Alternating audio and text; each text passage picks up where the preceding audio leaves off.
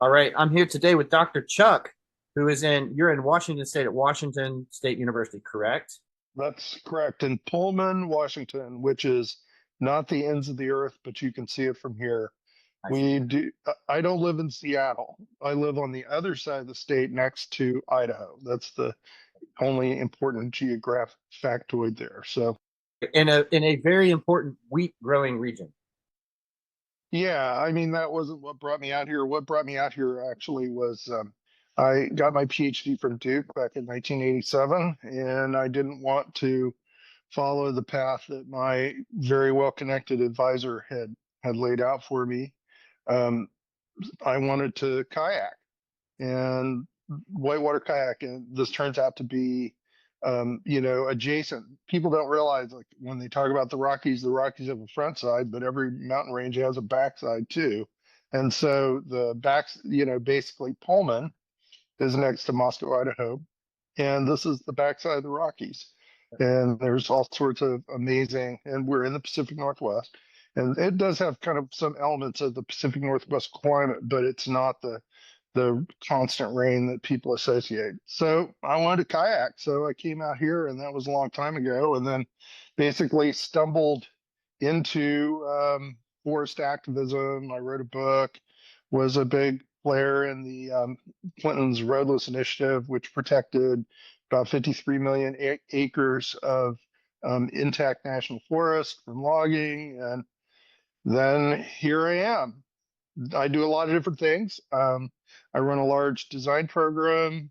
I'm actually a rocket scientist, the real thing, and worked with NASA and the Navy and all sorts of things. And I became interested in um, how people learn because my clinic is an engineering clinic for undergraduates, and I would go out and raise money by telling various majors like Boeing and Microsoft and Facebook Meta that we were going to take projects and actually get them done. And in universities, nobody gets anything done, just so you know. I mean, it's Yeah, gotten worse. Nobody gets anything done. So the idea that you'd actually run a program right. that's where students would get things done, I mean, that's just absolutely insane. So Yeah. at any rate, but it gave me a ton, it's given me a ton of insights along with my life. So Right. here we are. Cool.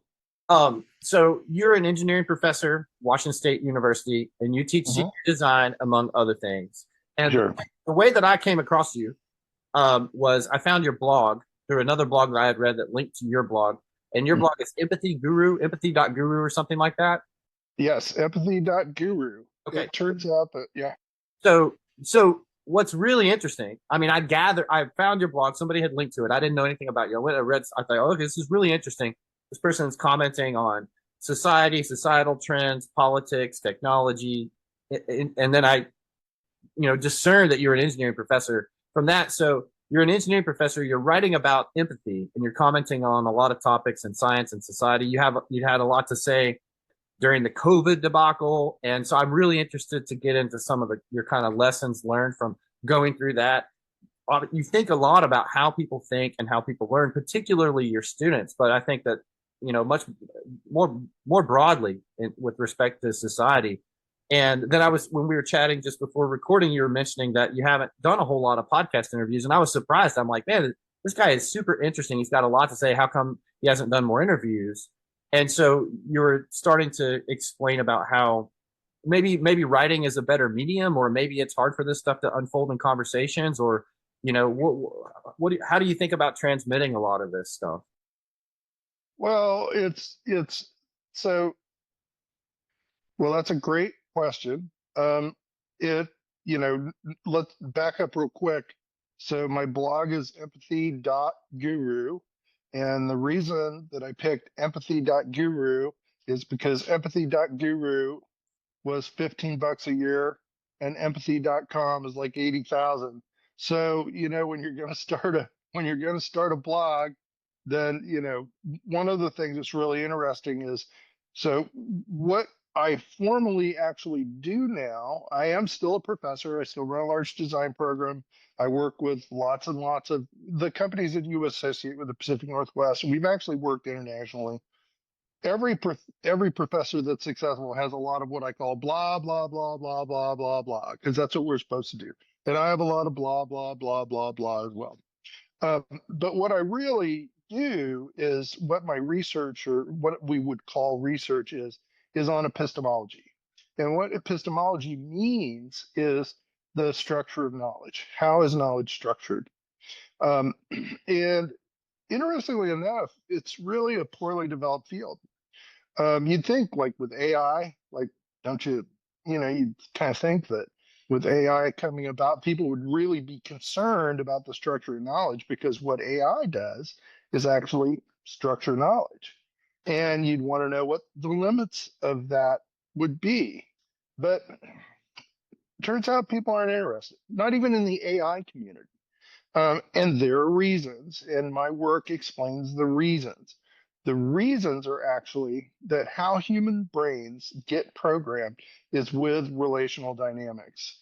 And the reason is that the brain just does what it can practice. It's and relationships are what humans practice, most every day. And now here's the tough thing for people to get. So you practice with relationships, but you can use those same brain structures that are in your brain that we use for relationships for other stuff. And so, because the brain is just locked up here, it can only get what, my eyes and my ears and, various, your sensory system can tell it. So the brain doesn't differentiate. It just knows what it practices, because it's what we would call a software engine. Okay. So if you live in a world where your relationships are rational, then your brain will develop rational behaviors. If you live in a system where your relationships are irrational, then your brain will become more and more irrational. And irrational, of course, is kind of a loaded word, right? Everybody hears that and they're like, oh, irrational. That's like, oh, it must be bad. And I'm like, no, it doesn't. That's not really what it means. I mean, people have taken all these words that are in my whatever, field here, and kind of assigned a lot of moral values to them. And hopefully in the context of the podcast, we're going to back off from that and just try to understand what those words actually mean. So, so in the case of irrational, it means that you are going to respond to people based on belief. Okay, so like let's just take this conversation right here. Like, so we're talking, you know, Josh, we met, 10 minutes ago. Um, you know, at this point in the game, you're a podcast host for Doomer Optimism. I'm a professor, okay? And so hooked to that podcast host tag is a whole set of beliefs that structure that. Hooked to my professor tag is also a whole set of beliefs that that are hooked to that. When you go into a doctor's office, being a doctor, a medical doctor, all sorts of things are hooked to that. When you go into the doctor's office, you're not expecting them, for example, to make you a ham sandwich. You're expecting them to take your blood pressure, try to figure out how you're sick. And that, but that still is a relationship that's not driven at that point by data. Okay. Now, over the course of us talking, you decide that guy's really smart, that guy's a freak, that guy's a kook, whatever. That's a data stream that you've taken, and now your belief, or your image of me, rather, not belief so much, but image of me will evolve over the course of that building a rational relationship. Mhm. So we actually have the two kinds of relationships that program the brain. It's more complicated, but let's just go simple here. We have externally defined relationships. An externally defined relationship, once again, it's professor, podcast host, doctor, right? And then there's independently generated relationship, which is we build, a modest friendship over the course of an hour or whatever talking. And that becomes more rational. Now, so relationships flux in between those two things, but you got to remember your brain's just up there practicing. It's doing what it's doing because it's stuck in your head, can't get out. Yep. So we don't think that, there's not an accepted really understanding that this is the way the brain works, except for a very, very few of us. It's like I look at things this way. Interestingly enough, the other guy that does, he might, I don't know if he'd appreciate me representing or misrepresenting it, is Joe Henrich, who is the chair of the anthropology department at Harvard. And he wrote a book. He used to He used to be at UBC, University of British Columbia. He got the job at Harvard, and he wrote a really good book for people. It's called "The Weirdest People in the World." Okay, and weird is an acronym that he coined. And if you're if you're an academic and you coin an acronym, it's a blessing and a curse because you're going to get tagged with that acronym the rest of your career. So, and weird stands for Western, educated, industrialized. I can't remember the other two. I'm still drinking my coffee here. So, and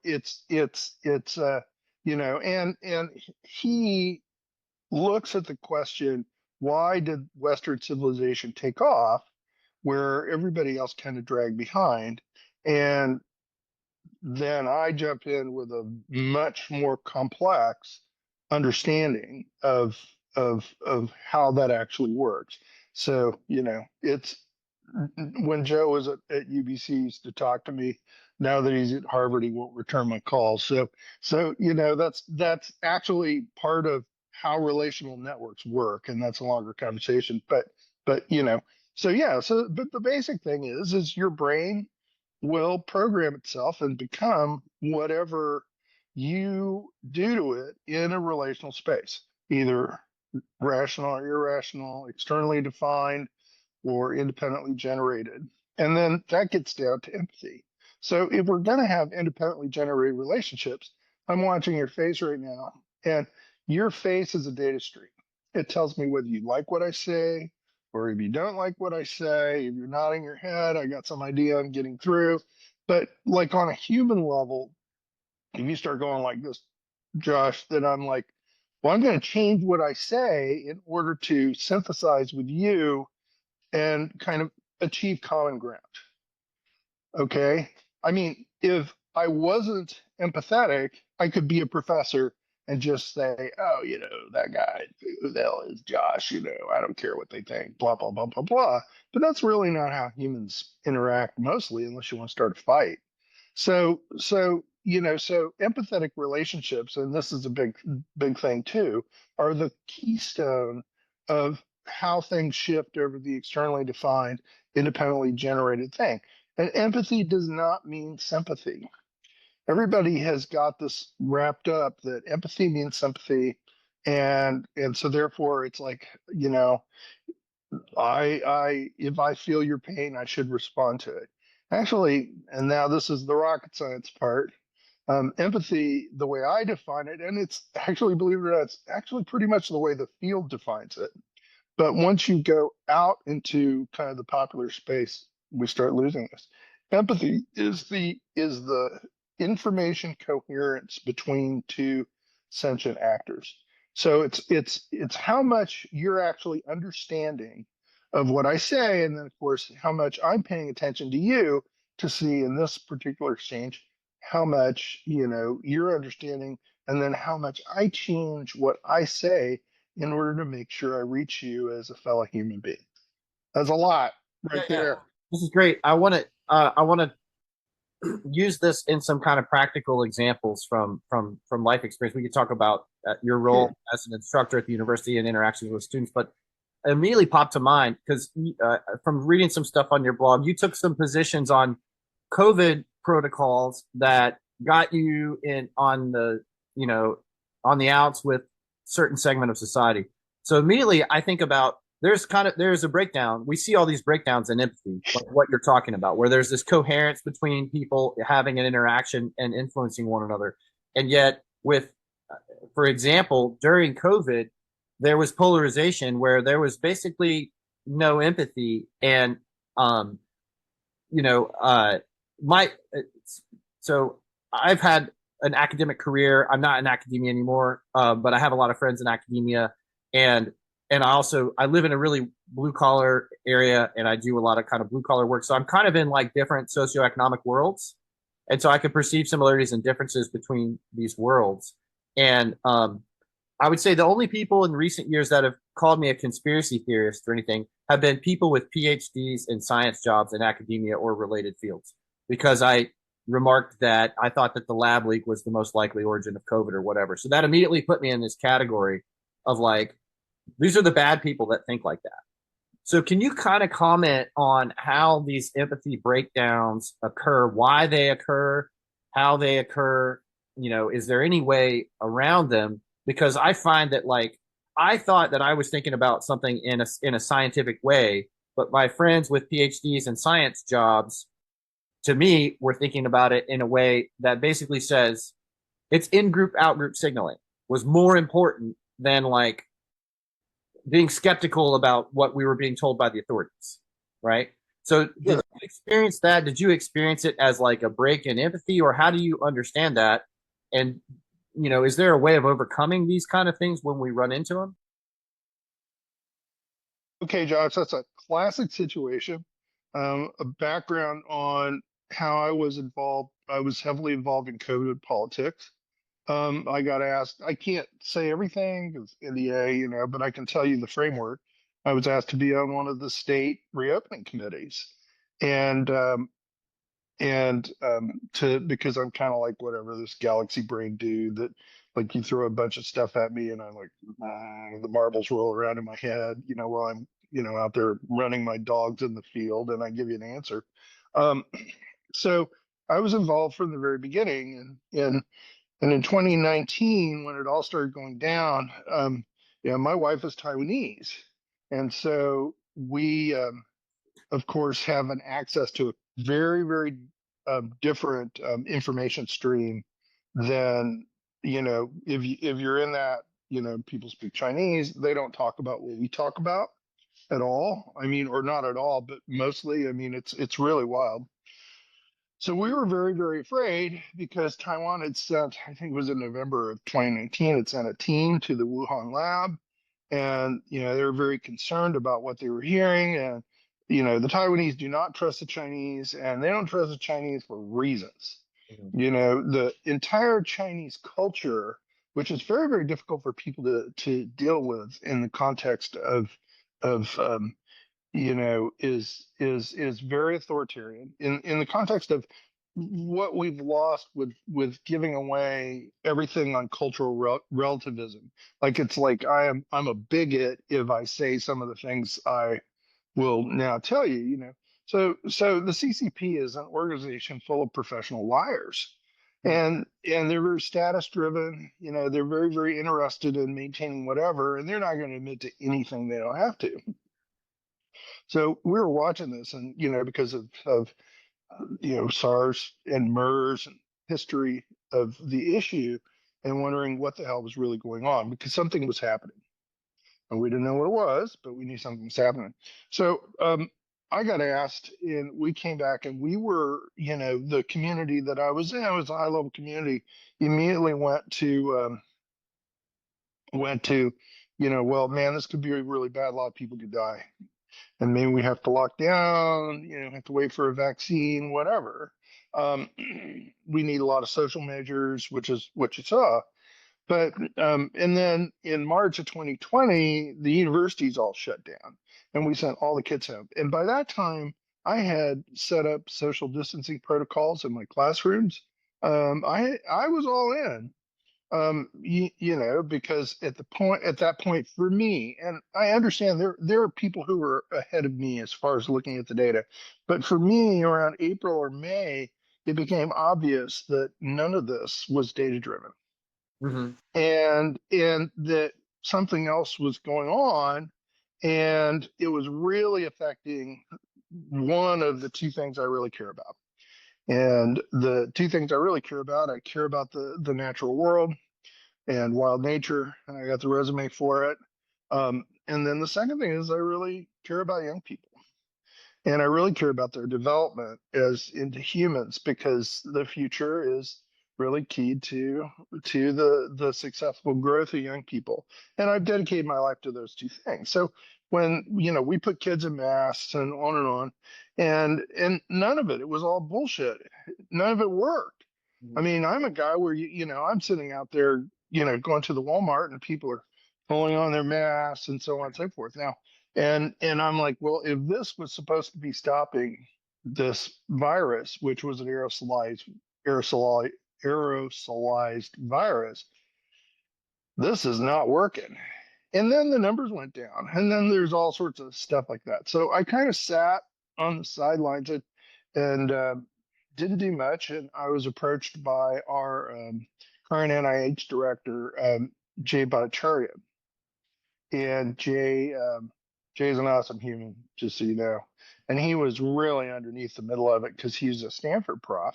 And I helped him with his media work at the beginning of it. Now, I don't want to take too much credit here because Jay's a really smart guy here. Okay. But I helped. And I helped him understand the landscape and then we took off and we're still friends. You know, so but I really didn't get fired up until they kept at it with kids. Mhm. They were masking kids in school. And what people didn't get is that whenever you decide to do something like masking kids, you're not just masking kids, you're actually implementing a disciplinary regime on top of that to make sure the kids mask. And it was very cruel. It's almost, I mean, a disciplinary regime, I think, is a great way to put it. And that's how it kind of occurred to me that we're being screamed at to follow the science, and yet the science says this doesn't work. But, or like, I always think of the example of, at least in our area of the country, you could go out to a Where are restaurant you at? Just out of, in North Carolina. I'm in North Carolina, where in North Carolina?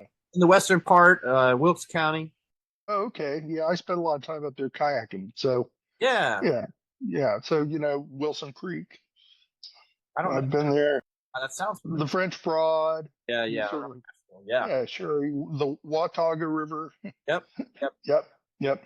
Yeah, we're not far from Boone and the Mhm. headwaters of the New River, if you're familiar with.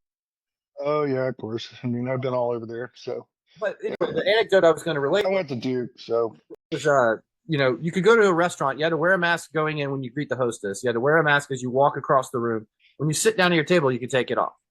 And in some places, it was like you had to keep it on, but you could take it off to eat or whatever. Like none of this made any sense. And there was no stand, like you're saying, a mask. What kind of mask? Any kind of mask? Do you have a beard? Does it, like there was no actual science, but it was like, you must comply. You must comply. And so, like, I feel like that what you said, disciplinary regime, was kind of like that was 99% of the whole thing. And so, that was the point. in ways that, You better believe that's the point. yeah, And the key thing here is now understanding how scientists think. Because, so you said the scientists didn't stand up. Well, so one step down and in more detail on what I write about is relational structures will program how people approach things in the default mode. So scientists live in rigid hierarchies, and rigid hierarchies are fundamentally irrational. It depends on my title. Like I assert authority with you by telling you I'm a rocket scientist and I went to Duke and on and on and on with all these titles. And of course, what that does is it makes the brain irrational. And so scientists are particularly irrational. They're really no different than a cleric in a religion on most things, except maybe this one small part of their field that they study. And so, and then the other thing that is not talked about is scientists in this day and age, many have a lot of mental pathologies like obsessive compulsive disorder. You have a lot of psychopath scientists. You have a lot of the entire scientific community that is are like germaphobes. Like they don't respond in any kind of measured order to a lot of the things. And then on top of it, they also view themselves as elites. Mhm. So what happens in those circumstances is you have this irrational fear coupled with what we call the belief in the privilege of elites. And so now you move into what was the term? Oh, yeah, I coined a term which is really good: elite risk minimization. Yeah. Um, so, so the interesting thing here is, see, rigid social hierarchies are very low empathy. Okay, they're very low empathy because you achieve some set of rights and principles based on what your title is. Okay, Can I but interrupt then, for a second? sure, Comment on what you just said. So uh, these relationships you're talking about are low empathy. Could it be because to really develop an empathic connection, that takes time and that takes work, and people are busy, so we need a heuristic to sort, and so that's where the hierarchy comes in. It tells you this is the pecking order. You don't need to go through the rigmarole of developing empathy because that's time consuming. Is that yes, along the beautiful, perfect. Yeah, I want to get back to that word you used, time consuming. Okay. So if you're sick, okay, let's use a simple example here. If you're sick, you could go to the shopping mall and wander around yelling into the ether, I'm sick, I don't feel good, blah, blah, blah, blah, blah. And maybe 4 hours later, you run into somebody that might give you useful advice. Okay. Or you could go to a doctor. All right. Now, the first is very time consuming, the second is not. And so social hierarchies are organized the way they do, and they're actually self organized. The behavior that comes out of social hierarchies is what we call emergent. And this is very difficult for people to believe because we want to believe that people are in their conscious minds or rational minds. Most people are not in their conscious minds 95 to 99% of the time. Most people are acting and reacting out of the programming that the social structure gives them. So that's true for scientists. It's true for most people, unless you have a situation where you have to be paying attention to the data stream that's coming in. So certainly with COVID, you have this group of people who were calling the shots, who, were paranoid. And they didn't care because it's a low empathy social structure. They didn't care about the damage to other people, especially poor people's kids. Why would they care? That's way, way down on the hierarchy list. And so those people were more than happy to inflict mass pain on the society in order to protect what their perceived egocentric interest was. And they weren't rational at all. I mean, they were wrong about everything. And I woke up to it because I got asked. I'm just complex system scientist. Like I said, blah blah blah blah blah. I got a lot of blah blah there, um, and I was just appalled at what was going on. And then I started realizing that if you look at the majority of insisted social protocols, um, they were masking. And masking is inherently relationally disruptive. You cover your face, people can't see your intent, they can't figure you out, right? yeah, Um, lockdown. We're going to isolate people. yeah. We're going to, and everything there, if you look at it, turned into what I called a mimetic war, a war between the two relational modes, independently generated and externally defined. And the people at the time, with the authority were the scientists and the politicians. They were totally into it, and they pursued it. They fired people who didn't get vaccinated. Once again, talk about power and control. They forced people to accept this vaccine that was very, very poorly vetted. I mean, it's a whole unpacking. There are better people who know exactly the history. I just lived it, and was paying attention. Um, you know, and my my dear friend Dr. Bhattacharya has done a really great job of informing us exactly how dumb we were. Yeah. So I mean, it's like I didn't know this stuff about like mRNA vaccines. I do know some specific knowledge, but my superpower, and I definitely have it, is I know when I don't know stuff. Mhm. Somebody comes to me and they say blah, and I'll look at them like, well, I don't know. My thing is I know I'm an idiot. But then that, of course, allows you to assume, or rather assimilate information rapidly and change your mind. So, yeah, so all these things that were proposed to do to people were very, very antisocial, So distancing, let not. me let me float a couple of my pet theories your way and see what you think. Because I think your concept of elite risk management is really relevant. So Minimization. They will do anything to minimize their risk, and so like regardless during of the COVID, cost to others. for example, during COVID, taking certain positions publicly would incur like potentially large reputational risk, even if it was Yeah, consistent with a absolutely. skeptical or scientific attitude or what. Absolutely.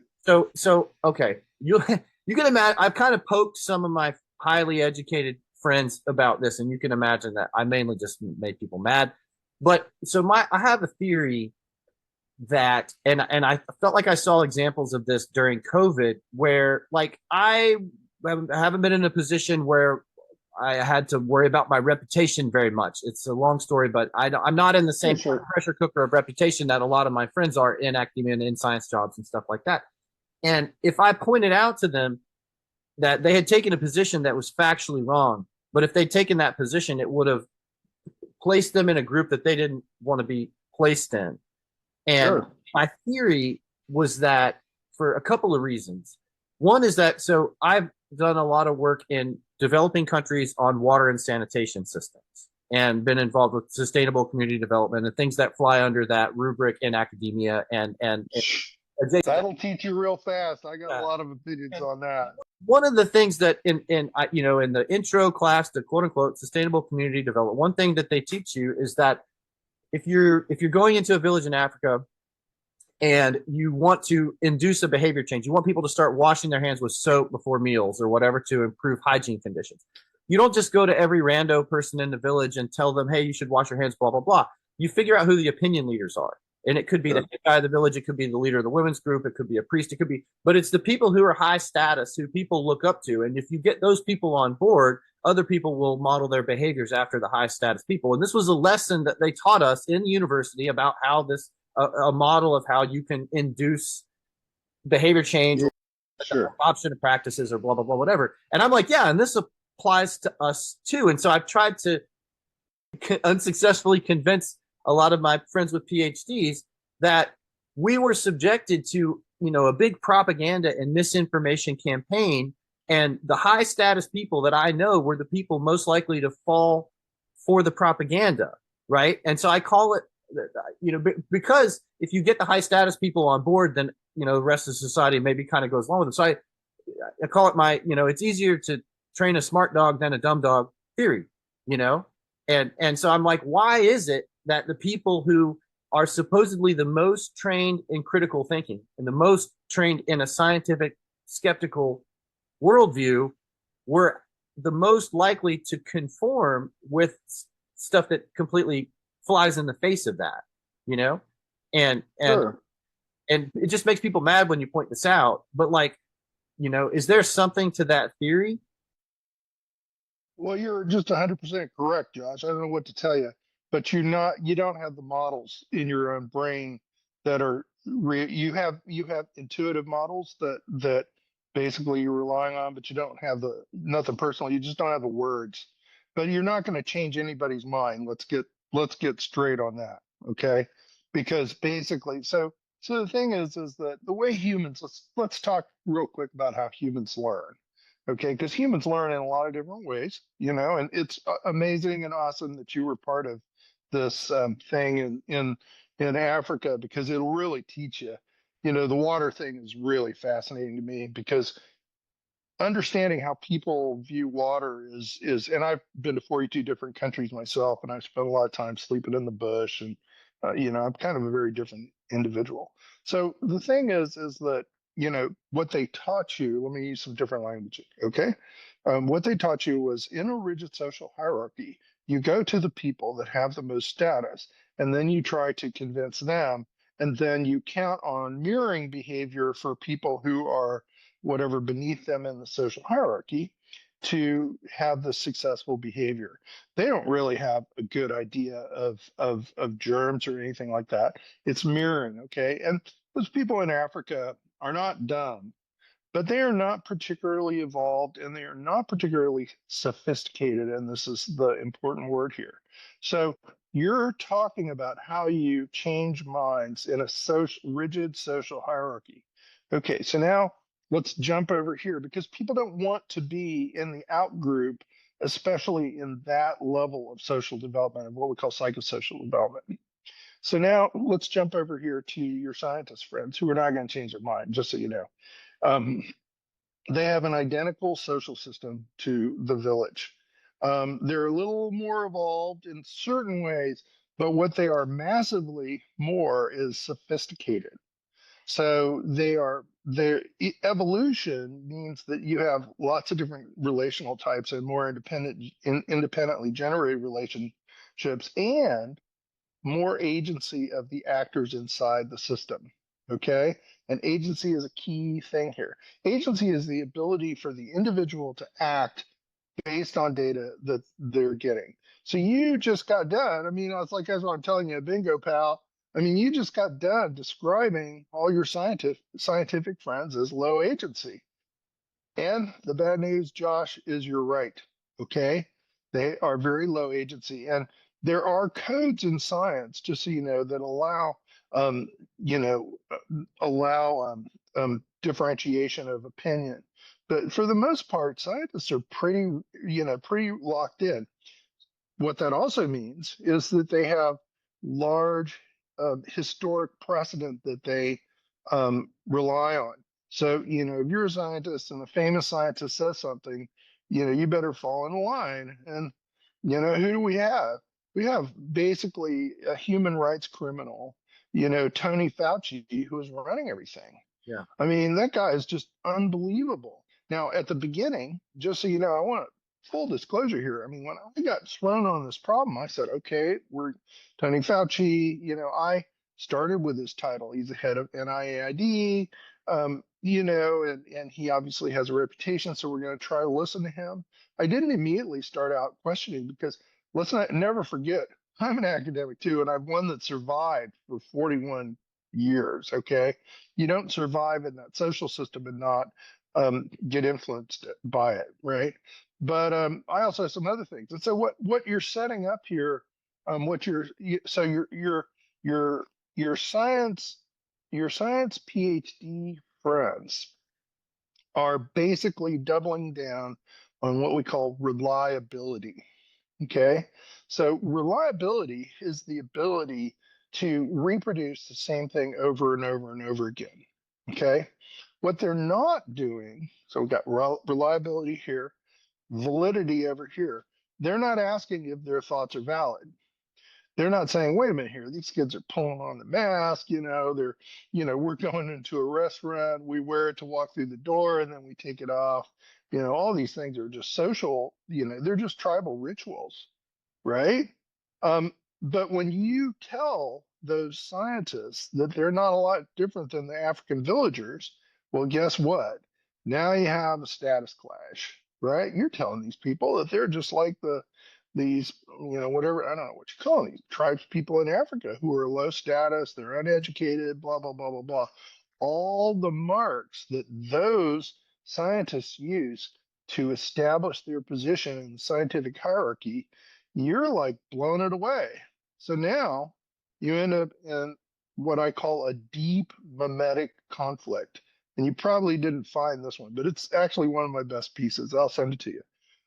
Once you're more than a couple of jumps away in social evolution, then nobody understands anybody.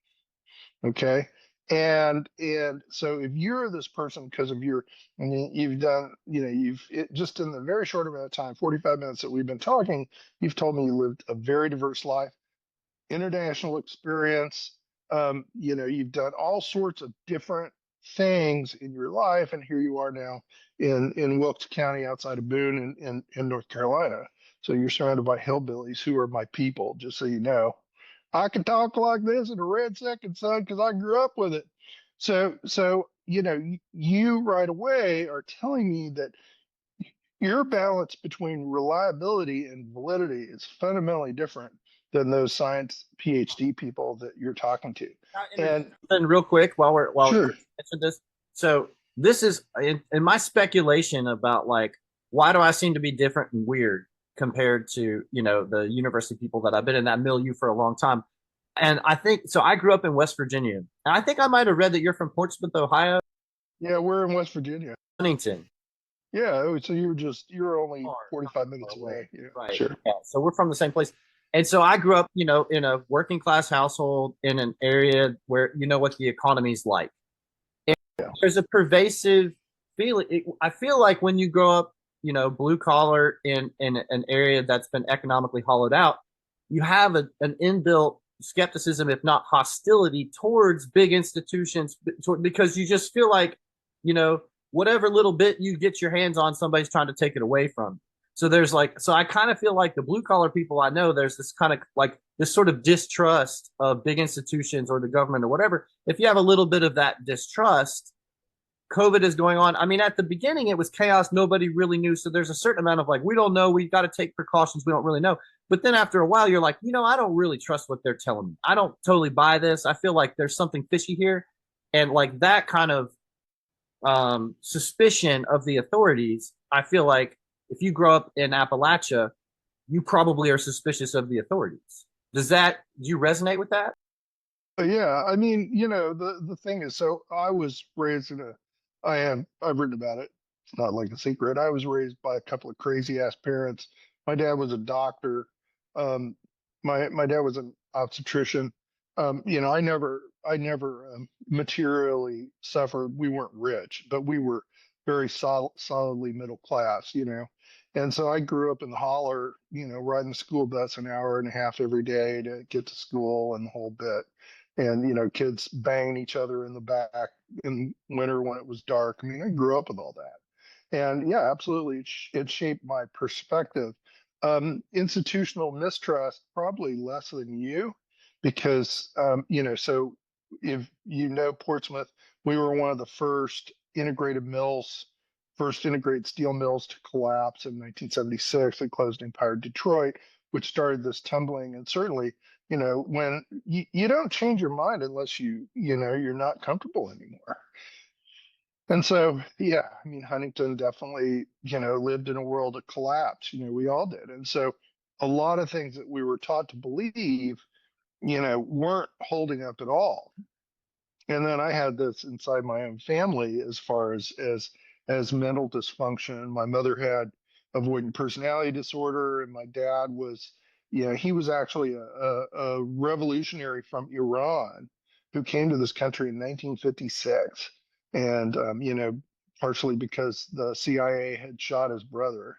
So I mean, I came from, my favorite question that I like to tell people is, ask me, how'd you get to be that way? Because basically, and having that narrative is important. Having an origination myth for who you are is super important because the social systems that we are in profoundly influence our perspective that we take on everything from people to events to you know whatever. I mean, and so absolutely, being where I was influenced me. Did I make the connection at 16, when I left for going to college, that it was institutions that were corrupt? No, I didn't. I just loved rockets and was going to be an engineer, and my parents didn't have anything to do with me, so I got on the bus to case. I mean, how many of us have even ridden a Greyhound bus now? Think about it. Oh yeah. You know? Yeah, no, I have too. It's So amazing. Like if you have any kind of anthropological tendencies at all, ride the Greyhound. You will see oh, a slice of society that will blow your mind. sure. Hey, Josh, can we pause for just a minute Sure. while I get some coffee? Hold on.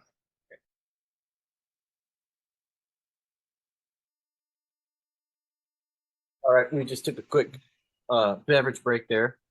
Yeah, Uh, no surprise. You're also moved to like the you know, the high quality hillbilly lifestyle as opposed to the low quality hillbilly lifestyle of Huntington. You know, Boone's beautiful. yeah, yeah. So there's another a needle I want to thread with you based on some stuff that I read on your blog that one thing I thought was interesting was uh, there's a bunch of terminology that you use that is similar to terminology that we've used on this podcast, meaning similar things but sometimes a little bit different things. So Sure. so one of our something that we often complain about is how in recent years it used to be that we talked about the environment and there was environmental issues and it was this big complex milieu of being concerned about the environment and all these complex issues, and in recent years things have been reduced in a kind of myopic way to an almost exclusive focus on climate and carbon, and it's talking about climate and carbon is almost a stand-in for discussion about the environment, and we're like, hey, there's all of these other issues that we need to be concerned about. Why is the focus shifted down so much to this? And you commented some about that kind of thing on your blog and about the global warming, anthropogenic global warming narrative, and which is highly politicized, and again another sorting people into groups about what you profess to believe about that and that sort of thing. And you also talked about collapse narratives and the destructive effects that getting caught in these collapse narratives have. Now, on this podcast, we talk about collapse. We talk about ecological collapse. We talk about economic collapse. That's part of the doomer part of it, right? But um, the discussion is it's not just assuming, the sky is falling and woe is me. It's more like, how do we take these things apart? How do we look at where there are real issues and real problems? What is overhyped? What's true? What's false? And one of the concerns the other thing too is there's a lot of people affiliated with the podcast are really skeptical about sort of techno utopianism, or the idea that we can just solve, if we just do more science and technology and more innovation, we'll solve whatever problems that we encounter. And many of us believe that there are fundamental biophysical limits to the intensity and the size of the whole human operation. That there are limits. Sorry, I got to turn this off. That there are limits to these things, and so it's possible that the climate collapse narrative has been stretched too far, and support for it could collapse at some point. One of the concerns that I have is, and maybe that's a good thing, maybe that too much hype and emphasis has been put in that direction. We're not doing anything about it anyway, so like, why beleaguer this concept? But I worry that if like that narrative collapses, will there be a pendulum swing where it's like, there are no limits. We can solve all problems through technology. We need more economic growth. We need more rockets and satellites and spaceships and Mars colonies and this sort of like techno utopian vision. Because I would say most of us affiliated with this podcast are somewhere in the middle, understanding the role of technology, but understanding that there are physical limits to how we operate on this planet. So, is this like can you kind of thread this needle, or do you see how we could kind of come together on some of these divisive concerns? Well, sure. I mean, you know, once again, the real meta answer. Okay, so let's back up a little bit because you said a bunch of stuff which is all true, Josh. I feel like here you are, man. It's like I'm here to validate you. Okay. So, but why? Why do you have those thoughts? That's what I do, is I help you understand why you think the way you do. Because see, this is the thing that we're missing, is we don't understand that there actually is a way to understand our thoughts. And there's a whole history of Zen Buddhism and all sorts of stuff. I'm far from the first person that's worked on this problem, but I am one of the very, very first people that have made a lot of the more complex latter systems that work in human thought explicit. Um, that's mine. And so the thing is let's get back here to why do people believe that CO2 is the only thing we need to be concerned about in climate systems? Okay. Well, the reason is in, what I call the matrix. Okay. It is the answer that gets thrown out of the psychosocial system that scientists operate in, which is single source and what we call metalinear. So there's one problem, and that one problem is CO2, as opposed to this. But the climate itself is this complex, interconnected um, thing that's going on in across the planet in huge, large scale systems. We turn out actually to be a relatively insignificant part of that entire system. If you look, but you have to be able to have enough stuff, that you've been educated to, education does help, okay, to understand when the idea comes along so that you can understand the idea. And in the case of, fun thing, I won't play guessing games with my podcast host, but 90% of the energetics on the planet are in soil and plankton. Okay. So the biggest players are soil and plankton. And humans are actually a relatively small part. It's like 5%, and those are the energetics. And we wouldn't even have 5% if we didn't have the amplification effect of fossil fuels. So we have the ability to create climate destabilization. I argue this on a regional level, but we actually, you know, Earth is bigger than we are, and Earth will continue on. Now, the next part of this is like, so the climate doomerism, like if we don't all of a sudden turn into a Paleolithic society again, then we're just completely screwed. Once again, that is a power and control narrative that works on fear in the limbic part of the brain so that you can gravitate to elevating a social system where you have elites and poors. And so the answers that come out of the scientific community are directly related to that. And then it's even worse. Okay. Um, when you have one simple thing that you are supposedly, like we're doing it, mind you, monitoring, then you develop a psychopathic weapon where you can elevate psychopaths to use that weapon against ordinary people to put them in a state of fear so that they are willing to basically sacrifice themselves and their children. So, in the belief that that will give them continuity of life. So you've generated a tool for vampires. Hmm. And that's what's happened in the context. Most of the climate stuff is total bullshit. And this is coming from a guy. See, the thing that makes me a very interesting person is I was at the beginning of a lot of these fears. I was an activist in the 90s, early 90s. Like I know Bill McKibben. I went hiking with him and his wife. I know all these people. And so I was pretty much all in on climate. And then things started not adding up. And how does that work? Well, when things don't add up, is like, so, the world's going to end 10 years from now, and the world didn't end. So I'm like, wait a minute here. If the world didn't end, I don't immediately assume that all those people that told me the world were going to end were wrong. I just want to know where the breakdown in logic was that made them think what they did. Okay. And increasingly, so that's how I evolved my own concept of the matrix, which is actually, it didn't have anything to do with climate at all. It doesn't mean that there's not some global warming going on, because that is absolute. I am convinced that that is absolutely true. There's enough evidence and data, hard evidence. But most of the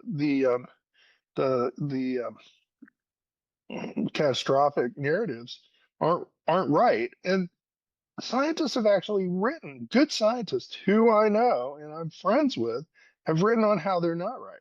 So then, if you're paying attention, like once you're in the matrix, then you're starting to push on the walls and trying to figure out, who the fuck is Agent Smith, right? Because things are getting generated, ideas emergently serve as attractors, okay, that people will gravitate to, you know. And now let's pull this narcissistically all the way back to me.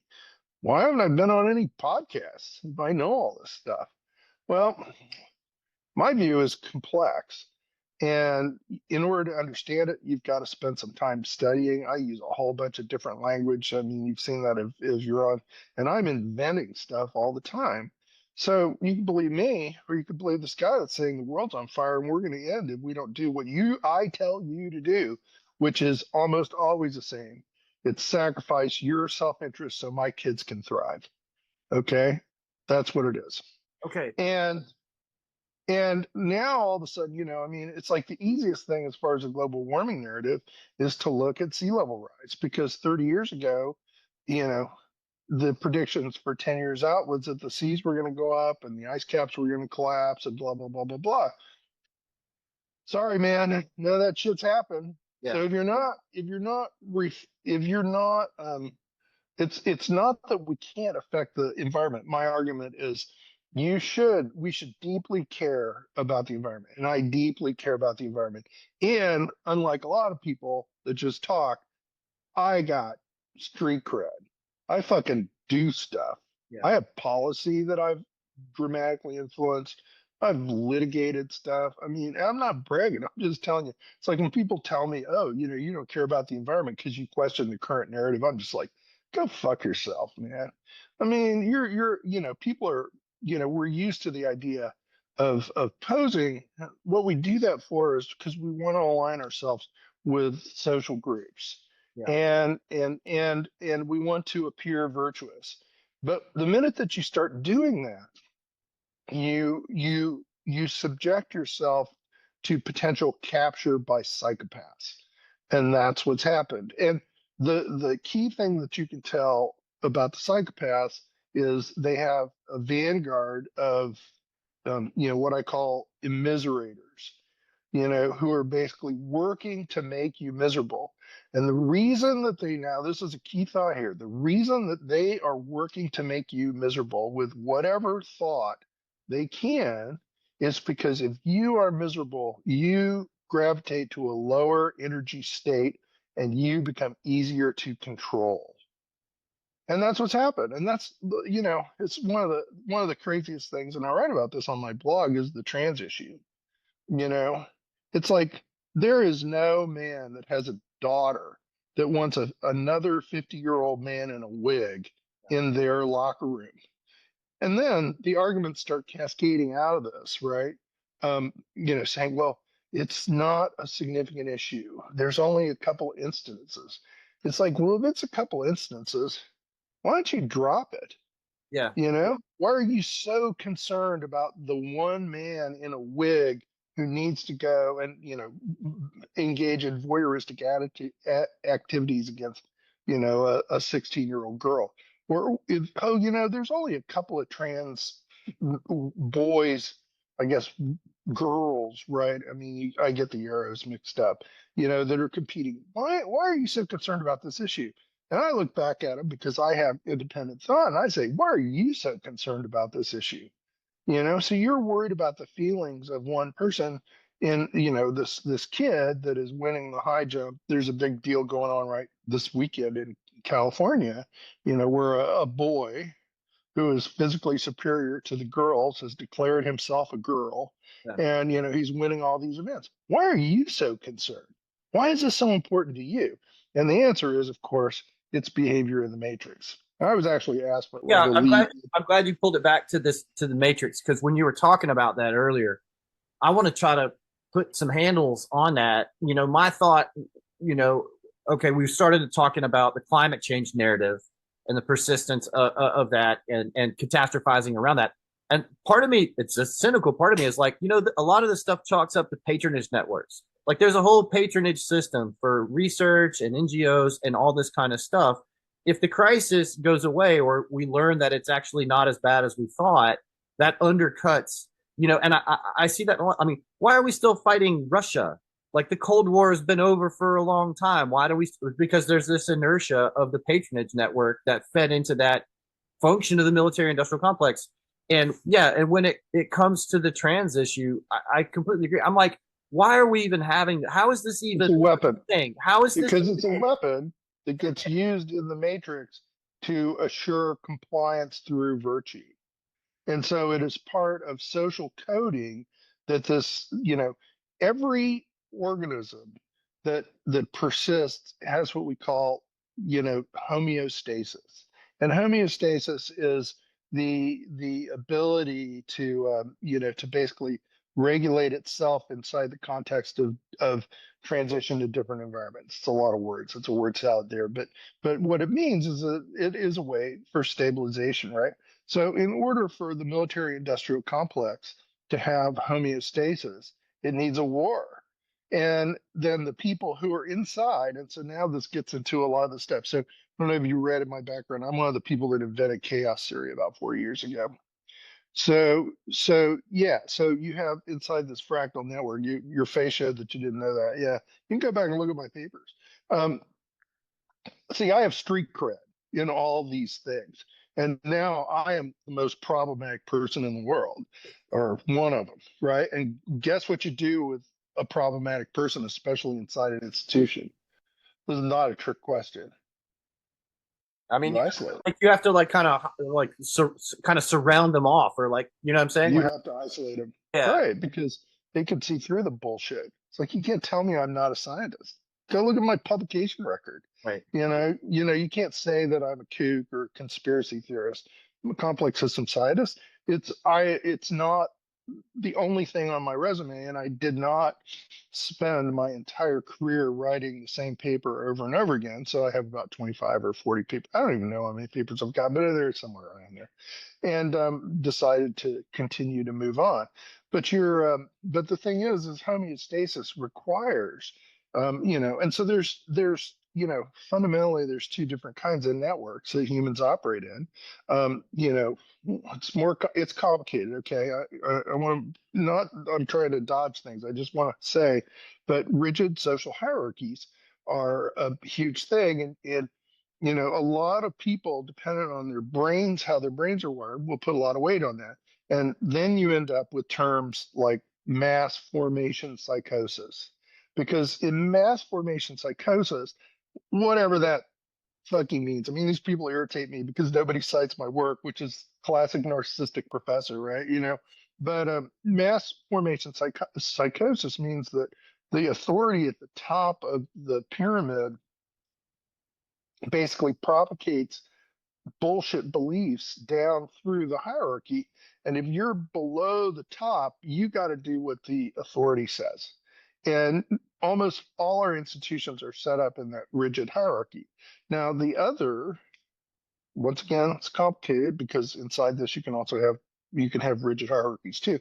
But basically, then you have a network of more free association, which is more rational. Those are rational relationships. And so people can form those and construct those and then dissolve them when they don't, they can be purpose based, they can be communities, as they see fit. And those, of course, are empathetic, and the rigid hierarchies are, of course, non-empathetic. And so now here's the crux. I don't know if you read my paper on structural memetics, maybe. I think I might have read that one. Really, It's yeah. So on your basically, blog. It's not a. It's on your blog, or is it different? it's on my blog. I wrote a formal paper on it too, but but um but the point there is that actually dictates the structure of knowledge that communities will use. So if you have a hierarchy, the knowledge is going to map back into that hierarchy in one form or another. So hierarchies don't do well with rapidly changing conditions.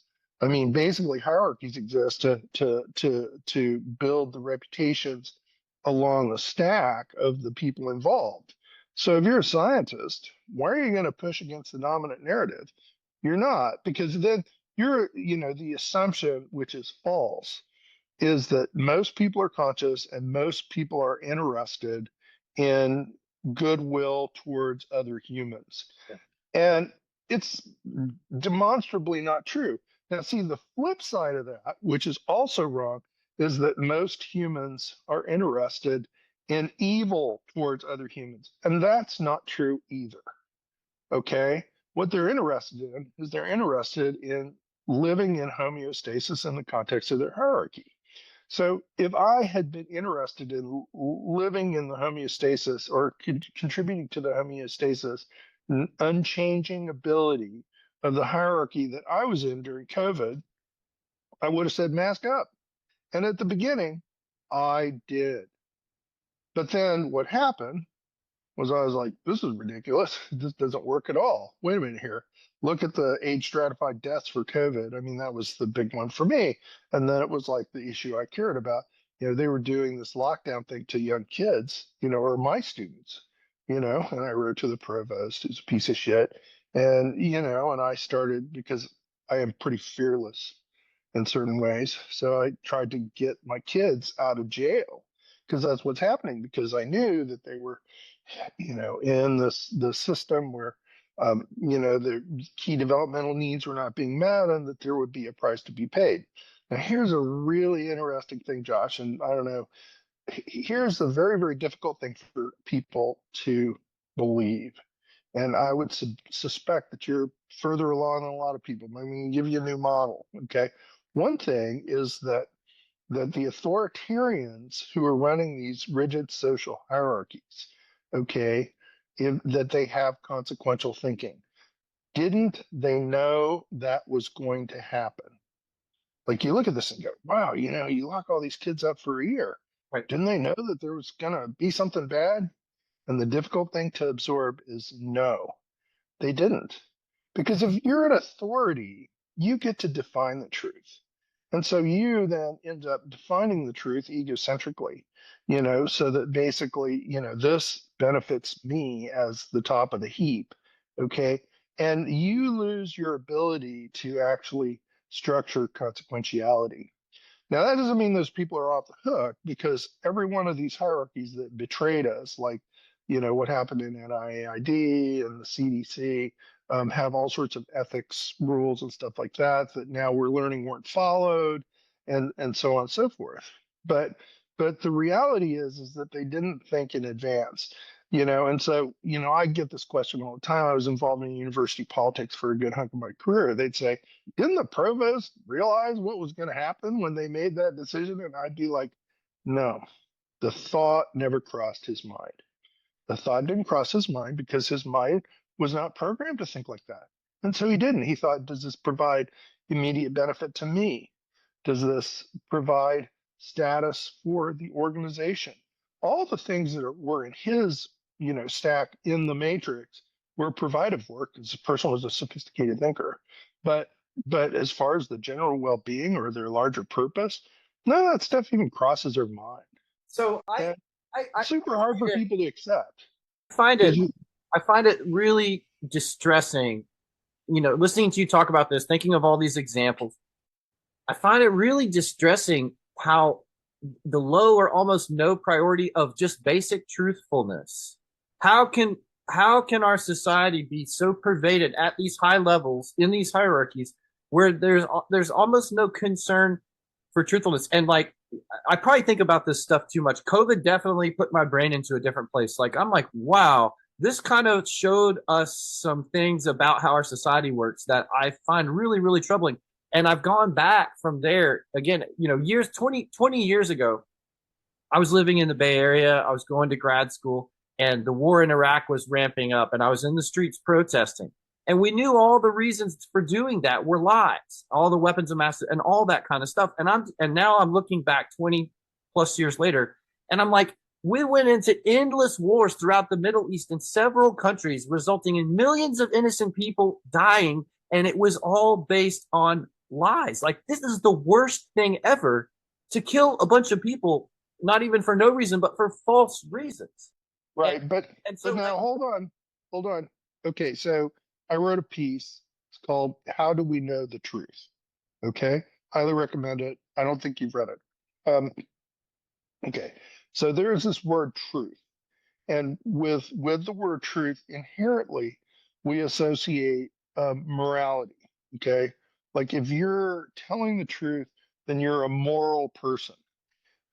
But it's not the way to look at it. Okay, it's not the way to look at it because it impairs your ability to get to the functioning of the matrix on how all those decisions got made.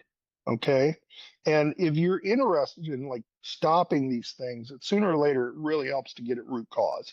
Because if you don't get at root cause, they just come back. Okay. So it's not that truth doesn't have a moral character to it. Okay. That's not what I'm saying either. It's not either or. It's like it's time to rephrase or rethink what truth really is.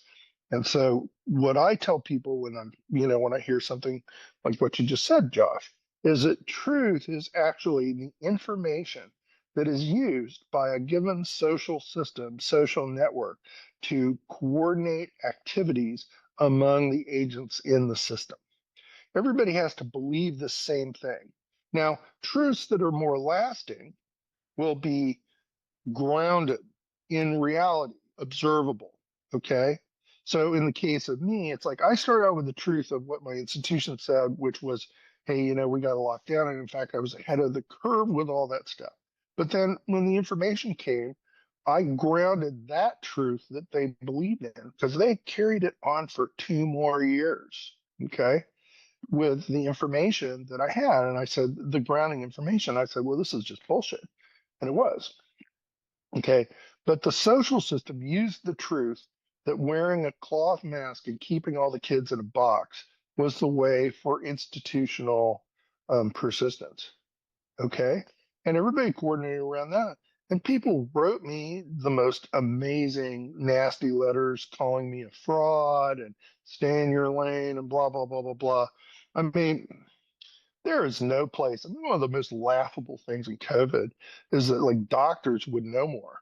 Does anybody now? Here's the validity grounding part of this. Like, does anybody know what you educate for in med school? You don't educate for understanding complex systems and disease. I mean, you're down at the level of talking about washing your hands and what you do to maintain a sterilized environment and how to recognize these symptoms. So if you're going to tell me as a professor that's educated grad students lots or not a lot, but a fair number of them, you know, that person that's in med school is going to know more than me. See, I'm a high agency person. It's like you're an idiot. You are a fucking idiot. So, but it doesn't matter because the truth is that information that social network is using to coordinate. And I participated in it too. I want to make that really, really clear. Like I sewed masks for people in New York City. We sat down because I'm an action guy. I mean, I'm a crazy action figure, man. If I think there's a problem, I'm going to do what I think at the time is the right thing to do. So now, in order to understand truth, though, you have to like now back off even a little bit more.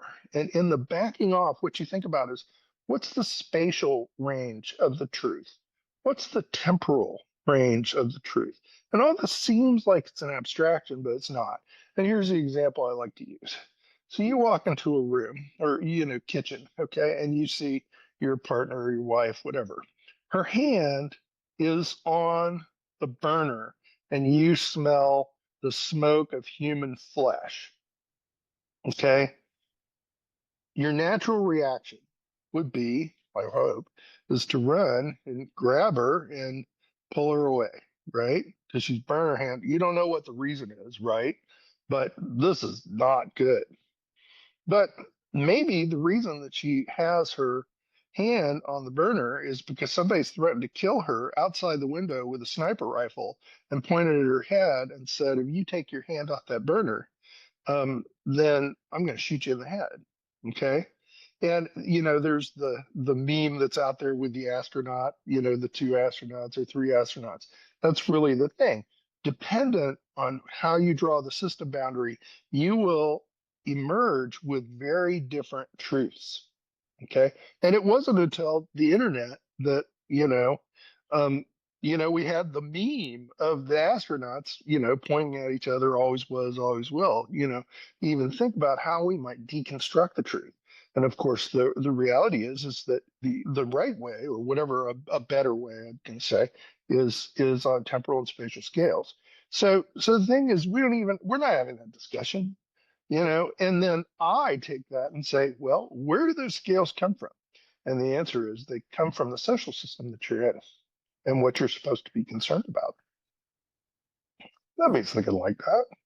So we can't get at how we think.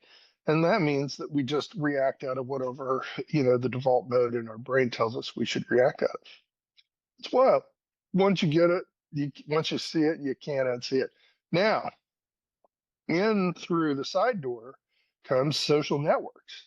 So before, the way that we used to distribute the truth was in these somewhat rigid social hierarchies. And these social hierarchies were constrained by ethics laws and so on and so forth, right? But now you got the internet. Now you got Twitter or X, right? Now you got all sorts of people. How would you have ever found me if it wasn't for X? You wouldn't have, right? So here's this guy, right, in Pullman, says he's a rocket scientist. I mean, I have enough stuff. I am who I say I am. You can find me on the internet, right? I mean, you can validate whether I'm actually telling you the truth or not. So now you and I are sitting down and we're self-assembling a very different social network regarding expertise than what would historically be believed. So then in order to understand that, we need a new field. And I have invented that field. I call it structural memetics. Now, why does structural memetics matter? Well, structural memetics matters because once you understand it, you understand how humans create information. So, and then you develop all sorts of stuff. And as you've seen, I've written like 400 blog posts or something on all this stuff. So the thing is, but what's important here is that the old institutional social system immediately, especially during the Biden administration, pushed back big time because they had a crisis that was COVID, and they started propagating organs to all the disinformation stuff. They started realizing what social networks were really able to do, and they went out to squelch all this stuff. And you have Matt Taibbi and the Twitter files, and what's the other guy's name, Schellenberger, Michael Schellenberger. Not the only people, lots of us. Like, I even know Kate Starbird, because I'm just like this freak of nature, because I've been writing about this stuff for a while. I've been writing about how social networks structure knowledge for the last literally 10 years or more. I can't remember the first paper I read. None of those people had any interest in talking to me, because if you talk to me, I'm like saying, hey, wait a minute here. You're not conscious. Most of the stuff is a structure of unconsciousness, and you're producing stuff that profoundly affects people's lives. But they're high in sophistication, okay, which means they're academics, right? The same thing that you were struggling with before. So they can make up bullshit like nobody's business, but they're very unevolved people. They can't, and what evolution primarily manifests itself out in thought is the ability for cross paradigmatic connections. And they can't do that shit at all.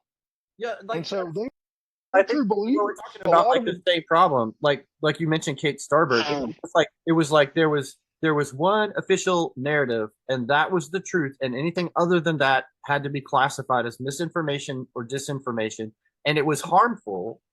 And people had that's like what happened to Jay Bhattacharya, right? Like he did a Yeah. study that contradicted the main narrative about the infection rate and the death rate, and he promoted the Barrington Declaration, which was the old pandemic protocol that says you Sure. protect the most vulnerable people, but don't shut down the whole economy because of all the other ancillary harms that'll be caused. And he got totally ostracized and censored I because know. I wrote about Jay because he's my friend. Remember yeah. that? Yeah. So like that to me, and so I'm just like, I've been having this back and forth. Well, one particular one of my PhD friends that I've talked about this disinformation, official disinformation during COVID, and I was like, she was it blew her mind when I mentioned the lab leak theory. She's like, how can you believe that? That's right wing tinfoil hat conspiracy theory to do all this stuff. I'm like, well, here's the evidence. Here's the email chain of where they're discussing it and all this kind of stuff. And like you can imagine, haven't had really any success. Well, did you read my piece on And, that? and I'm just like, this is this like but I'm like, okay, I have blind spots and blinders. I get stuff wrong, but and I can only analyze myself to a certain extent, and I'm limited. It's like editing your own writing. You can only do so much, and then you need someone else to look at it from a different set of eyes. And the only tool I have is, well, let me just throw my ideas out there to other people who come from a different walk of life and who think differently, and maybe they'll tell me what I'm missing or what I'm getting wrong. I wrote a There was piece. no, I wrote a piece on this. Did you read it? I don't know if I read that one or not, but I'm just Yeah, like, I was this one of the first didn't people that. happen. Like all these people that are like the Kate Starbergs are the people that are trying to manage the information environment to make it conform rigidly to their understanding of what's true and good. And Right. they're not having someone come and say, but wait, that the masking doesn't make sense. Or like the lockdowns are going to hurt businesses. And what about depression and anxiety? Or, like I feel like something intercepted that feedback. That's the empathy, right? That's what broke down is empathy. You're supposed to be getting feedback, Yes. and having Perfect. that feedback change you to line you up better with other people. And that broke. So is there It didn't break. It did. hope for our The system? bad news, Josh, is it wasn't there in the first place. It wasn't Right there. there. No. That's a hard thing for people to accept. And the reason is that empathy, and my thing is connection wires the brain. Okay. So, once again, you're taking your human perspective and you're projecting it on these people who, a lot of these people, not all of them, but a lot of them are lizard people. Mm. They're fucking lizards. And so you, at your higher stage of development, is projecting all those feelings on them. They are not feeling these things. They're not. And the evidence is if we're arguing, the evidence is in my side. I was one of the first people that figured out the lab leak thing. I figured it out because, and you can go back. The beautiful thing about having a blog is I keep up my mistakes. So, like when I get it wrong, I don't go and delete that piece. I leave it up there because it's super important to always maintain functional humility about what you don't know, because we like to think that we know a lot of stuff that we just don't know. Okay. And longer story on how you don't know stuff, because that turns out to be a huge thing. But I was one of the first people that figured out the lab leak thing, and the reason is because it involved this thing which you probably know about called the diffuse proposal that Eco Health Alliance put forward. And I actually know I'm a little constrained. I don't want to name drop because I don't it would help my argument if I want to win this argument or whatever it is, or win the podcast award, but it's not relevant. But what I figured out was, because I work with DARPA, I work with all these agencies because I'm also a rocket scientist, man. And DARPA never gave me any money, but I pitched to them, not a dozen times, but multiple times. And so, I know how their brains work. And if you did not have that cognitive map of all the different stuff that's in the diffuse proposal, it would be very, very difficult. And even for me, the diffuse proposal was dense. I'd sit down and read it a couple times. And then when I figured it out, the answer was actually a human story. Um, the human story was Peter Daszak was probably having an affair with the key scientist at the Wuhan lab, Shi Zhengli, and he was trying to find. Yeah, well, you tell me, man. I mean, I've crossed between the poles, man. But you tell me, you gonna go 6 months in Yunnan province camping with a woman? What kind of woman are you gonna go camping with? And you're both single? Really? That's interesting, right? And I don't know if you know what happens in Yunnan province, but I'll give you the short version. It rains, so you're stuck in a tent with a woman who's an attractive person at the same, at the same. Tell me more. Yeah. And so now all of a sudden you start seeing, and this is very typical. I don't know that, and I hope he doesn't sue me. He's got enough problems without me, at this point in the game. But you have these human stories that are underneath all this that have not come out at all. It may never come out. Yeah. And so then who patient zero is interesting. It was her graduate student, probably. And then, the spin up Tell me into the what you whole know this. CCP. Recently, I heard about that in 2019, maybe in the summer, there was some outbreak of some kind of contagious thing at Fort Detrick, and it had to be shut down. And so maybe there's some speculation that it actually started. Look, Or Fort Detrick is our dirty little secret lab, just like the Wuhan lab is in China.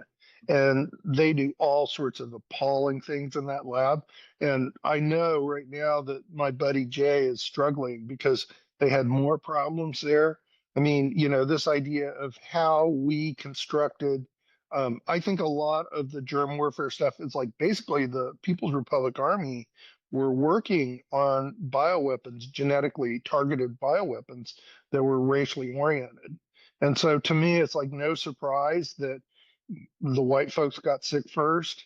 But then a year and a half later, if you noticed, the Asians got sick. And that is because, in my opinion, and I can't prove this at this point, but what happened there was the virus mutated. And in the, the good news to, kind of like the optimism part of the Doomer thing, just for you, when you make a bioweapon, okay, the way to think about it is you have sharpened the knife, okay, of whatever the infectiousness is, okay? Um, but over time, we all know what happens to knives. They don't stay sharp. They get dull, right? Okay. And so any germ that we take and we engineer will be super specific to start, but over time will decay. And that's the reason, the reason why we aren't all dead from some of these idiots' experiments, because these people have releases and they don't go anywhere. And it's also the reason that, bioweapons are not used. It has nothing to do with morality. They're just, they're not very effective weapons. You can't control them very well. They go where they want to go. But they also are subject to the minute that you remove yourself from the circle of immediate, specific symptomology, then they're subject to the laws of viral physics, which are the same regardless. And so it's like people that are sitting around worried about supergerm. My advice is don't live next to Fort Detrick, because then you would be subject, once again, the scaling argument. You would be subject to the specific virus problem. But the minute it gets out, then it doesn't just, viruses that kill people really fast don't spread very fast.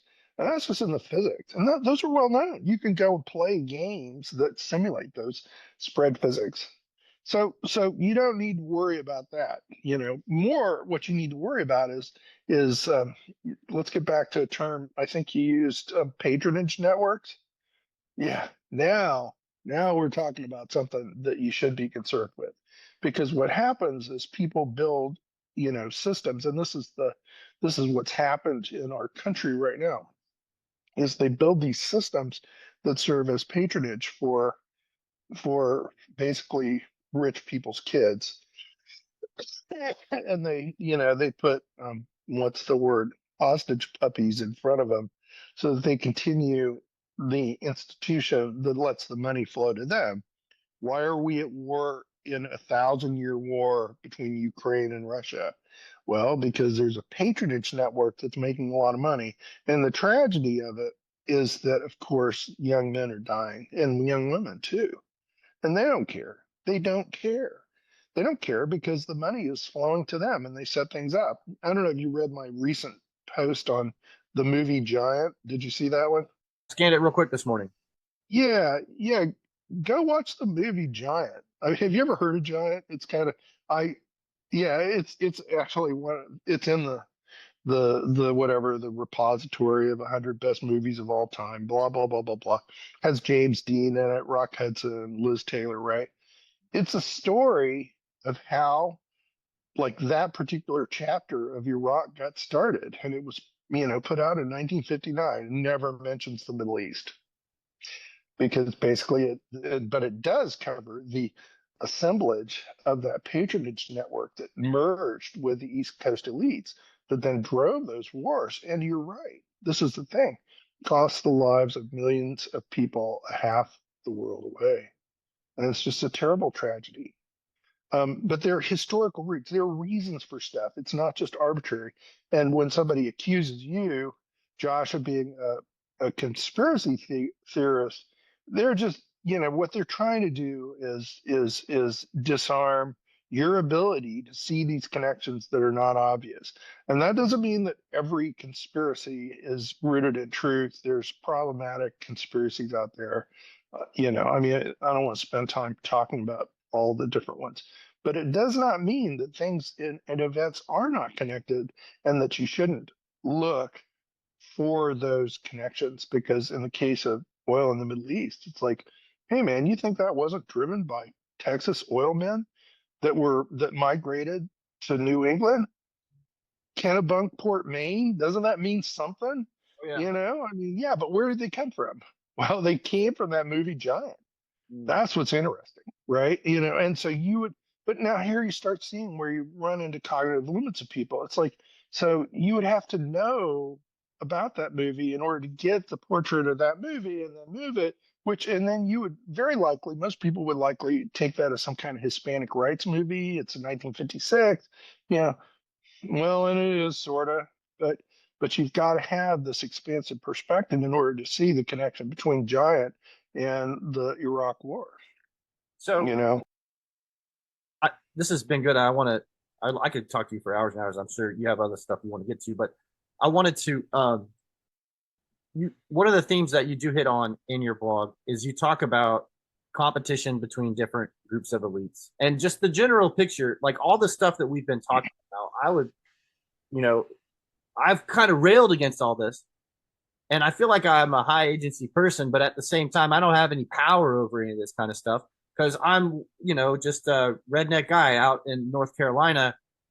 And when I was in the university, it was like I felt like I was in a cage where it was like, you're in a patronage network now, and you need to do what the patronage network is asking you to do. And I'm like, well, I don't want to do that. I want to do these other things. And so then I had big problems with that kind of thing. So, maybe one what was your field study, just out of curiosity? environmental engineering, environmental chemistry and engineering. Okay. And my focus was on decentralized water treatment that can be deployed in low resource settings like developing countries. And my claim to fame is that I developed a really low tech, inexpensive way of making charcoal or biochar that's effective for water filtration to remove things like pesticides and harmful chemicals and stuff. So that was my research. Sure. And like, I'm a real hands-on person. I like to, work in the field and work with my hands and work in the lab. And then I found myself in an academic job where really my role was just to write proposals to National Science Foundation about projects that were likely to get funded, not necessarily what I really thought was important or interesting. And I couldn't do any of the hands-on stuff anymore. And I felt like I was really trapped in a bad situation. So anyway, I don't want to make it about me, but other than to say that, like, where I've kind of gotten to in my thinking is, there's whatever's going on amongst the elites, and they have all this influence about policy, whether it's COVID or it's war and peace or all of this kind of stuff. Ordinary dumb people like us out here in rural North Carolina, we don't have any handles or ability to impact that. What can we do? So what we've hit on, and a big theme of the podcast is on localism, bioregionalism, self-reliance, and say, like, how can we empower ourselves in a local way to try to be resilient against, the next crazy thing the elites do that they want to put us all through? Whether, we went from COVID lockdowns, now it's going to be climate lockdowns. You can't drive your car, or whatever crazy thing that's going to be imposed in a top-down fashion that's going to be incredibly dysfunctional and destructive. How can we create situations where people feel empowered to just opt out? To me, this is like the peaceful revolution of just being able to say, no, thank you. I don't want to go along with your program. I got my own thing going on over here. I'm working with my community. I'm working with my neighbors. We're producing the things we need for our life. We have a measure of self-reliance. So I feel like that's where I want to put my energies, and that's what I want to promote. But I'm just like wondering what your view is on this. What do you see leverage points to change the system, to make it less destructive, to introduce empathy? And like you're saying, you're educating young people, you're producing new engineering graduates. Are you just sending them off into this this evil structure, or like, I see the universities as like a credentialing system to reproduce the professional managerial class that are sort of the technicians and the clerics that essentially operate the agenda of the oligarchs and elites. They're the ones setting the agenda, and then you have to have all these technical specialists to run around and make it all work. And I'm like, I don't see this as a good thing to be sending young people into. I'd rather send young Well, people into their communities to say, here is something you can build in your community that you and your community members can depend on and can rely on, and will give you some resilience, will give you a sense of purpose, will give you the feeling that you're doing something good in the world and that you matter. So how do we do that? sure. Well, I think the most important thing is to watch the movie over and over again. Two movies. One is Oh Brother, Where Art Thou? And the other is The Dark Knight. Those two movies are great blueprints. I know you kind of like, you just gave me your whole soliloquy and I'm like responding in some kind of cheeky fashion. But the most important thing in Oh Brother, Where Art Thou is where, I don't know, have you seen that movie? A long time ago, yeah. Yeah, yeah, you got to go rewatch it. Yeah, where Pete goes, that don't make no sense. So, one of the most powerful things that every human being can do is use that statement, that don't make no sense.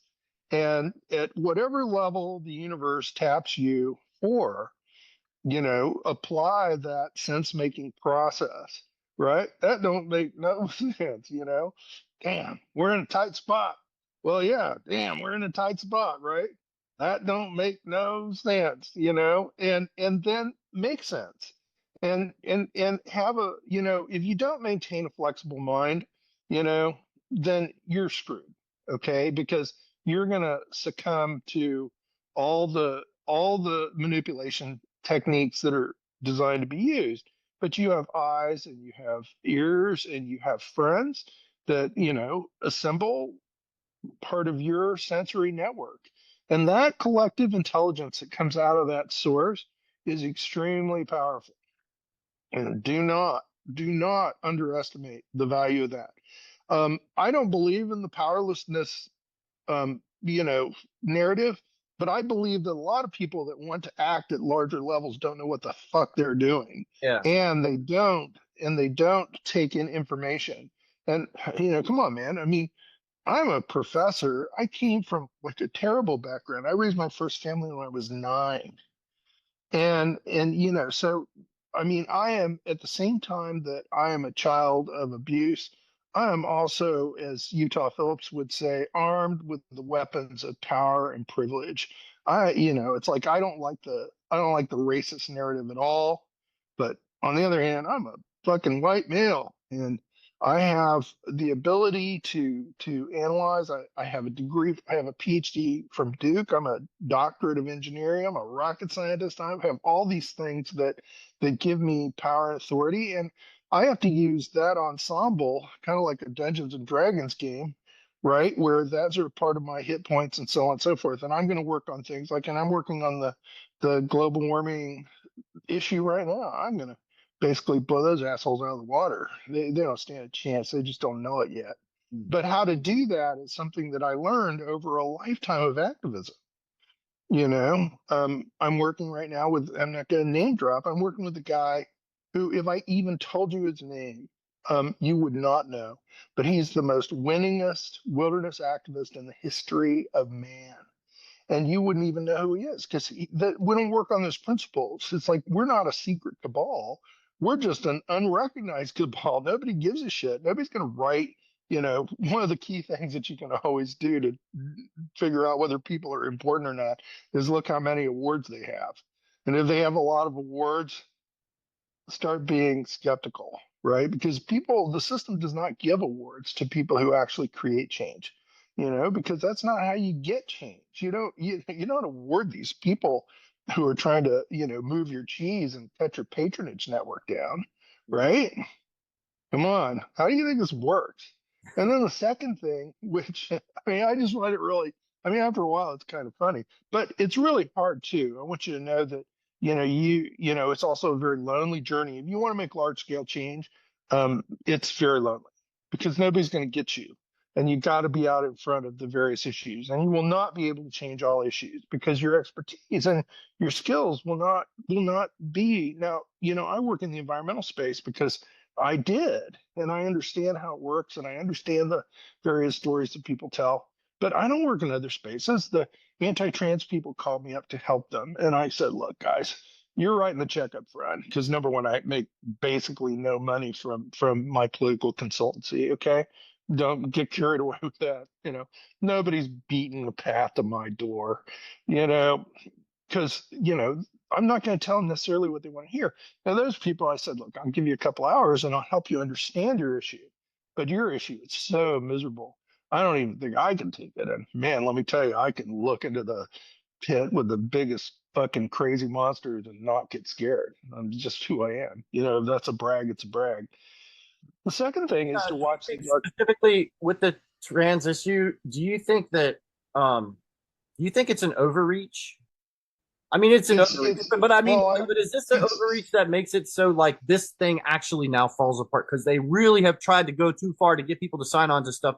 Okay, when well, they extend it to it's kids and doing surgery, and people are going, "Whoa," you know what I'm saying? Like, okay, you can't. it's a subject for another. Okay, Josh, it's a subject for another podcast. Yeah, But sexual deviancy is a primary pathway for creating more psychopaths, and it involves child abuse. And so, anytime that you see sexual deviancy being used against a cohort of kids, what they're trying to do is create. They're working for societal devolution, and it's just the wrong thing. I mean, you're shaking your head, but because I think it's a disturbing thought. um and it's a longer story, and not for today. Okay, so the minute that you see this stuff, it's like, what is really going on? All your antennae should just fire up, because when you take innocent children and you mutilate them, you are basically creating lifetime mental illness for these kids. And and it is unbelievable to me. Like, if you were to ask me 20 years ago, when we were wrapping up the roadless fight, if I thought that what I would be having activism on, I would have told you 20 years ago, you got that right, that I'd be working on getting a wilderness area in Idaho because I love my backyard. Okay. If you told me that I'd be having to stand up and argue about castrating children, I mean, but it's also, and somebody needed to figure it out. So the universe, hey man, there's a superhero job board up there, man. And there's the tags are there. You don't get to choose the tag you pull. The universe decides, pulls a tag, gives it to you. Now go out and do your work. And so, Josh, in your world, you pulled a tag. So now you got to go out and do the work and understand that nobody will say thank you. Nobody will care. But the legacy that you leave will be profound in the context of the issue and the people who you touch. There is no recognition. Every hero narrative in ancient societies are all the same thing, man. You either die a miserable and horrible death, or you get thrown up into the sky because nobody knows what to do with you. And so this is the deal. But on the other hand, people will remember your name. And the second thing that I was saying, the second movie, which is really relevant, is The Dark Knight, because nobody captured the psychopathic dynamics of and the other movies on either side of The Dark Knight are irrelevant. Of Nobody has captured the psychopathic dynamics of systemic issues like Christopher Nolan did in that movie. And Heath Ledger gave us this gift that he paid for with his life, because he got so deep into character. And I have a piece on him and the movie on how it works, and realize that we want to hang our hat on the idea that of what I call the reason for the belief. The reason for the belief. We want to function on that. Well, the reason the Joker is so whacked, the reason, and he totally destroys that. And the classic example that I use and I do write about on my blog so he's in the meeting. He's like, I got these scars. My dad was a drinker and a fiend, and one night he came home crazier than usual. My mom didn't like that one single bit, so he killed her, and then he did this to me. You know, he said, "Why so serious? Why so serious? Let's put a smile on your face." So you hear that, right? Wow, that's a profound narrative. Like now I understand why the Joker is a psychopathic killer, right? And it's like, God, no wonder his dad comes home and he kills his mom, he does this. It's like that would make you a psychopath, right? Make you a psychopath. So then 30 minutes later in the movie, he's like in the party with Maggie Gyllenhaal, and he's grabbed her. He's got his knife up in her mouth, right? It's like, I got these scars. My wife, she was beautiful, but she got in too deep. She loved to gamble. She got in too deep with the sharks. You know, they cut her face. So I did this. We couldn't afford the surgery, so I wanted, I did this to myself. And then she left me. Now I always look for the funny side of life. So what's the truth? You don't know. Right. He's always changing the That's story. Well, yeah, but the point is you don't know. And you have to sit with the fact that there's this thing that your brain wants to explain, okay, that you can't know. And that is the main tool that you use to destroy the larger monsters in society, because then you become tactical as appropriate for you, and strategic as is appropriate for you. I do give advice on how to move forward on things, and I always tell people 2 steps. Never get more than 2 steps out from whatever you're doing. And who gave me that gift, just so you know, is I used to have a friend. I don't know where he is now, but I used to have a friend. He was, it's a little more complicated, but he was basically a ranger in the Black Hawk Down incident in Somalia. Do you remember that? Where they were there and in Mogadishu, and they ended up killing like 1,500 people. They don't tell you that 15 of them got killed. So at any rate, we used to take road trips together, and he came up to me one day. He said, "I want you to know, Chuck, you're like the best leader. You're one of the 2 top leaders I've ever had in my life." Wait a minute here. I'm a university professor. What the fuck are you talking about? And he goes, "No, you're really good." And I'm like, "Well, when somebody gives you a compliment like that, you're like, well, why?" And he said, "I have watched you in all sorts of different situations with your friends and people that don't like you and so on and so forth. They're yelling at you to try to get to plan more than 2 steps in advance. And signs of the great is that they won't do it, and you just like blow them off and roll your eyes or do whatever." And he said the thing that we learned was that if you plan more than 2 steps in advance, the world goes to shit all around you, and then you're incapable of reacting appropriately. So people that waste time planning more than 2 steps in advance are wasting time, and they probably don't know what to do anyway. So it's like, Josh, what do you do, and what does your Doomer Optimism community do? So what are the next 2 steps? And then you suppress that need for certainty, and then you change and adapt your plans as you need to continue towards your goal, which is relational healing and building community as you see fit in Wilkes County outside of Boone. And then maybe if you're paying attention, if your brain's paying attention, you will then see the opportunity for a larger scale change. I think most people don't see that actually you can change large systems. It's very hard. There's a lot of things to know. Very difficult to get there if you haven't been doing it your whole life. But you have a great background, man. I mean, you did water in Africa. Water in Africa is, just so you know, it's like I learned everything I needed to learn about water when I was in remote, I was in West Papua, and everybody's like, using bottled water.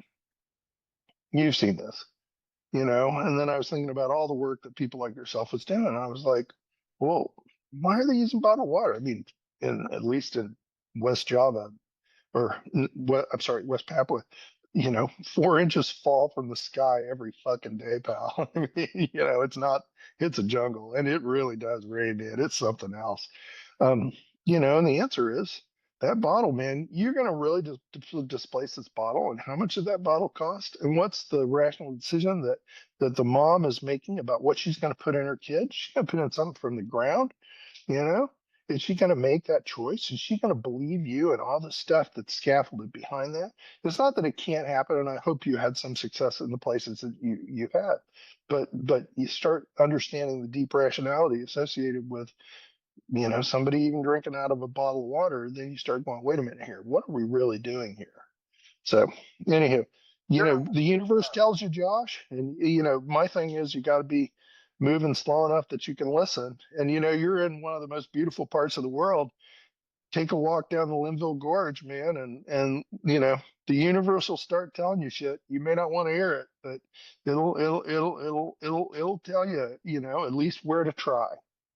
And that's what you do, man. And then maybe you'll fail. Lots of heroes got killed, but you accept it at the start that that's your fate, and then you don't worry about the rest. Anyhow, That sounds like a great place to wrap. Thanks. It's been a long conversation, but I've been captivated this whole time. This is great. So your blog is empathy.guru. People right? your writings and stuff there. And I'm gonna do a lot of thinking about the stuff that we've talked about, and maybe I'll hit you up in a few weeks or a few months, and we can tackle some more topics if you're Always happy. I'm trying to start a podcast myself with a more political bent. okay. My the name of it, we're converging. I'm working with a friend who's also a political consultant. It's going to be it's called We're in a Tight Spot. And one of the things that I would encourage encourage you and your listeners to realize is one of the big lessons I've learned, and then we can wrap it up. And that's this, okay? This is a huge lesson, and if you can instantiate this inside your philosophy, then you're going to be way ahead. You have the capacity to make large scale change. And intuitively, just so you know, Josh, you're really far along. Most conversations I have don't go like this. Most of it, but the lesson is simple. Everybody thinks that the big game in the casino is in the front, but anybody that's a real player knows that the real game is in the back. And it's very challenging to persevere when you're surrounded by people that are convinced that the big game is in the front. But that's not where the action is happening. And you've got a couple of key concepts already as far as patronage networks, and you have a very fine intuitive sense. Just so you know, you should trust your gut. I mean, you should assimilate data and trust your gut, and help people understand that if this is the bright shiny thing that's getting waved in their face, like racism, I mean, don't even get me going on that. And the reason I'm able to do this is actually, if you look at my resume, is I've worked on the issue and I had tremendous success, mostly in the Hispanic community, to be honest. But most people don't realize that Washington is about, it's like 10, 15, 20% Hispanic. It's all in the center of the state. But that's a shiny thing getting waved in your face. You can be almost sure that that's not the real issue. Doesn't mean you don't have a problem with it. Shiny things got to shine, right? But that's a big thing. People need to understand that the big game is in the back and slow it down to the point where they see what the real game is. All right. Awesome. Well, thank you so much, Dr. Chuck. This has been super great. I have a lot to think about now. Hopefully, our listeners have followed this the whole time, and man, this is gonna. I'm so excited for this episode to come out. I will let you know. It probably will just be a couple weeks, and it'll come out, and I will let you know. And then we will find your new podcast at some point when you start posting. Yeah, hopefully, we got to get it together. So, all right. All right. All Well, right. Turn it off. catch you later.